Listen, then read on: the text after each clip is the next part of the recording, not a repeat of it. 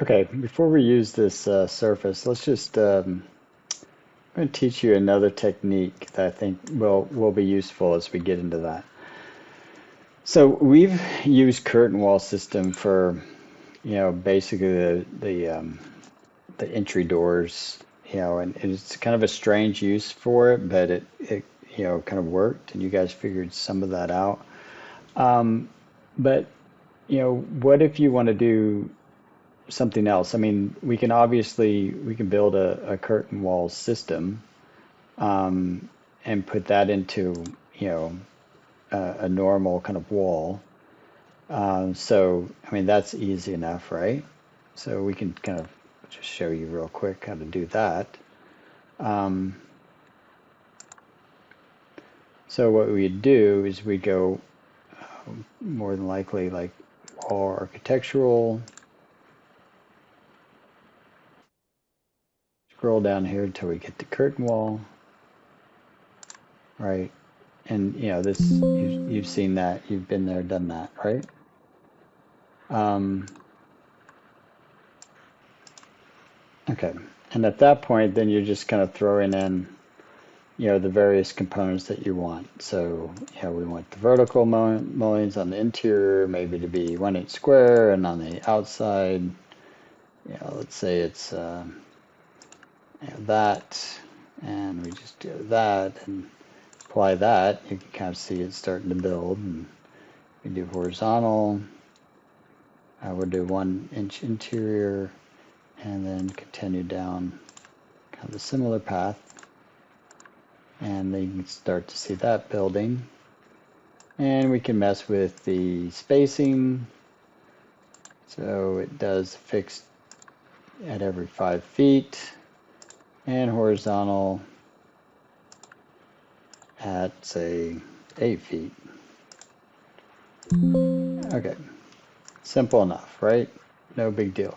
So what if you want that curtain wall, or what if you want something that's going to be repeated like a curtain wall, but you don't know how to do it? It's like it's going to, maybe say it's like, let's pull up an example.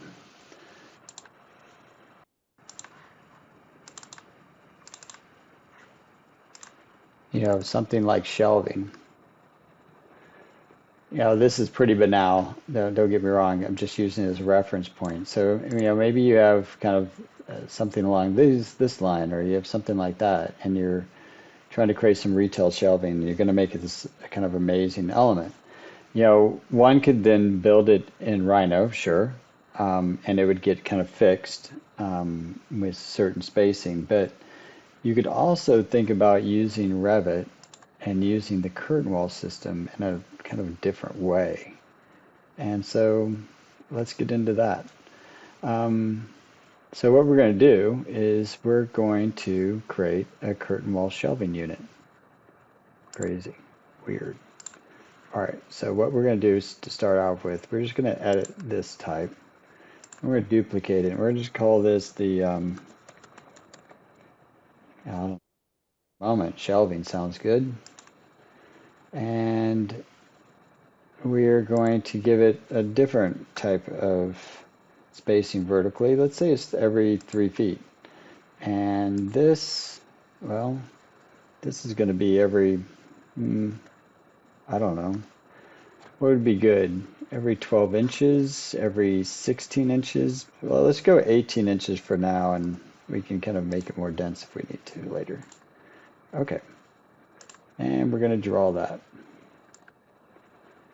So what we have immediately, what we see, is something like this.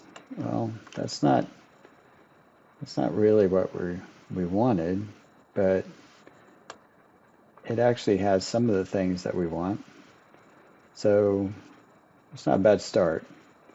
So let's take a look at our reference again and just kind of see what the next step might want to be.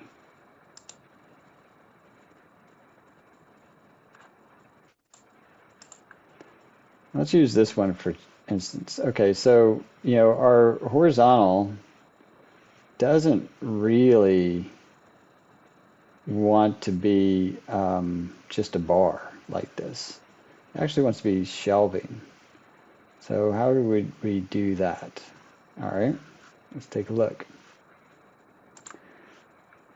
So what we know already, and we've kind of done it, but I think this new application might be a little bit more interesting in kind of repeating what you've done in the past. But it's something that maybe is more designerly than our curtain wall system we did for the existing building. We need to go into families and take a look at these other, we don't want the panels necessarily, and that's actually what we've been working on. Let me see.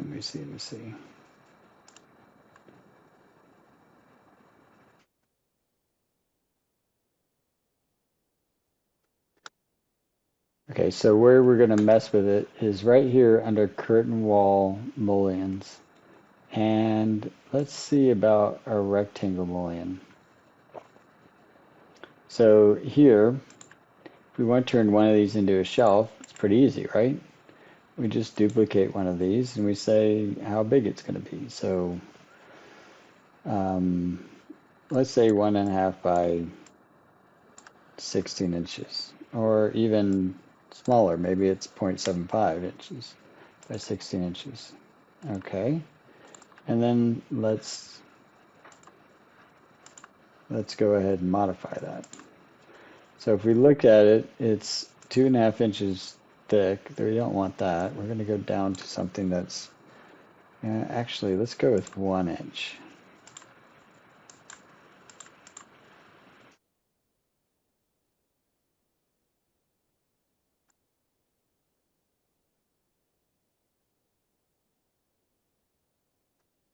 Oh, this is thickness. So in a weird way, this is actually depth. So 6 inches. And then down here, if we want it to be 1 inch, we're going to have to go with 1/2 inch on either side.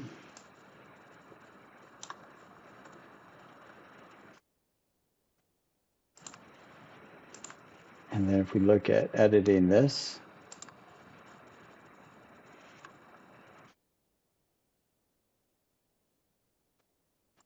interior is probably the one to go with. We start to modify that, and suddenly we have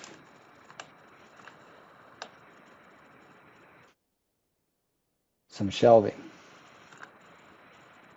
Okay, so that is just the beginning. We'll do a few more modifications to this, but we'll do it in the next video.